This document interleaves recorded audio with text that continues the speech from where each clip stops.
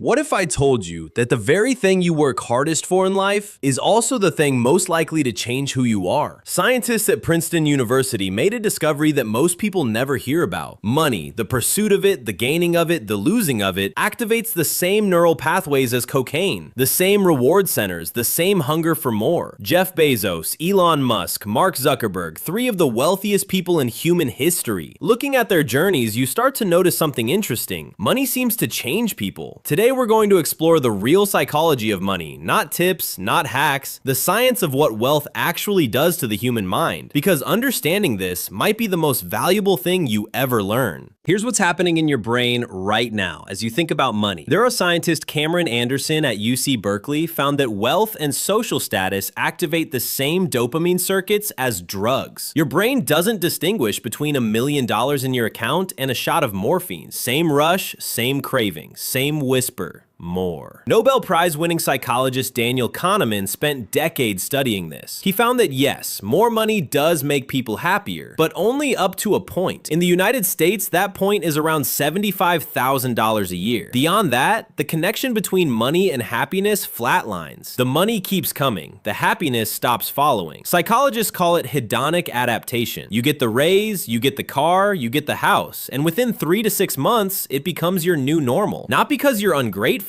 because your brain is wired to reset. That's why 70% of lottery winners in the United States, people who won more than $1 million, were back to their original financial level within 5 years. Not because they spent it all, because their psychology hadn't changed. And money always follows psychology. Jeff Bezos, money as an amplifier. In 1994, Jeff Bezos was earning $250,000 a year at a Wall Street hedge fund called D.E. Shaw. By almost any measure, he already had it made. He walked away anyway. Started Amazon in a garage in Bellevue, Washington. Psychologists who studied his public interviews describe a pattern called narcissistic power adaptation. As wealth and control grew, so did the tendency to see people as instruments rather than human beings. Mackenzie Scott, his ex-wife, said it plainly. Money didn't change his goals. It amplified what was already there. That's the first psychological truth about money. It doesn't build your character, it broadcasts it, loudly. Mark Zuckerberg is a different case entirely. Clinical psychologist Sherry Turkle at MIT describes him as someone with alexithymia, a reduced ability to recognize and express emotions. Wealth didn't create that, but it gave him something rare. The ability to build an empire without needing the emotional intelligence that most careers demand. When Facebook went public in 2012 and Zuckerberg became the wealthiest young person in history, his first public comment wasn't about money. It wasn't about his family. It was about code. Money for him is a tool, not a goal, not an identity.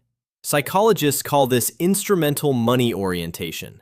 One of the rarest relationships with wealth that exists. Elon Musk, money as armor. In 2023, Musk publicly disclosed he has Asperger's syndrome. But long before that, psychiatrists were writing about a phenomenon in academic journals: compensatory resource accumulation in neurodivergent individuals. The world feels unpredictable, overwhelming, hard to read.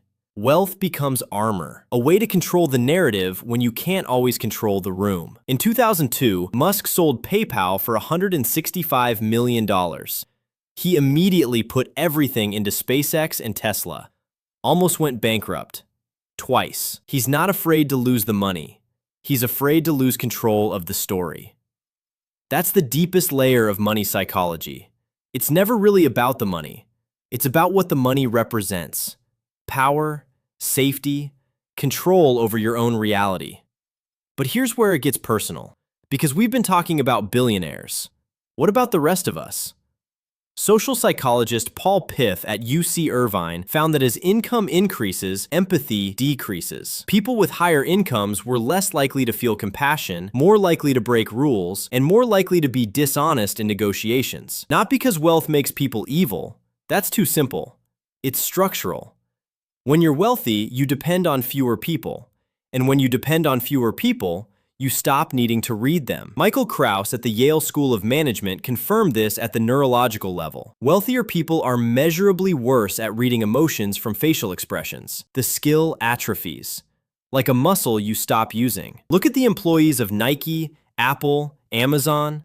A Glassdoor study in 2022 revealed a striking paradox. The higher the compensation and the better the perks, the higher the reported anxiety, and the stronger the feeling of being trapped. Psychologists call it the golden cage effect. When financial security becomes a prison, you can't leave without losing everything. You stop making choices. You start protecting what you have. And that is the beginning of financial anxiety, even at high income. Here's a statistic that should stop you cold. 78% of Americans live paycheck to paycheck. Of those, 40% earn over $100,000 a year, 6 figures, and still one emergency away from crisis. The problem isn't the amount of money. The problem is the psychology around it.